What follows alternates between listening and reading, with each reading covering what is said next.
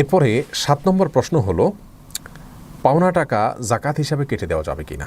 অনেক সময় আমরা কাউকে ধার দেওয়ার পরে লোকটা আর দিতে পারেন না বা দেন না, সেক্ষেত্রে আমরা এটাকে জাকাত হিসাবে কাউন্ট করতে পারবো কিনা। উত্তর হলো না, আমরা এটাকে জাকাত হিসাবে কাউন্ট করতে পারবো না। বরং দেওয়ার সময় যদি জাকাতের নিয়ত করে দেই তাহলে সেটাকে জাকাত হিসাবে কাউন্ট করা যাবে। আর যদি দেওয়ার সময় জাকাত হিসাবে কাউন্ট করা না হয়, পরবর্তীতে আমি মাঝখানে ফেসে গেছি, টাকাটা উসুল করতে পারছি না অথবা সে দিতে পারছে না, এই পরিস্থিতিতে এসে আমি তাকে জাকাতের থেকে কেটে দিলে সেটাতে আমার জাকাত আদায় হবে না। কারণ ইন্নামাল আমালু বিন্নিয়াত, আমি যখন টাকাটা দিয়েছি তখন কিন্তু জাকাতের নিয়তে দেইনি। এখন আদায় করতে পারছি না, ঠেকে গেছি, তাই আমি এখন জাকাতের নিয়ত করে ফেলছি, এভাবে জাকাত আদায় হবে না।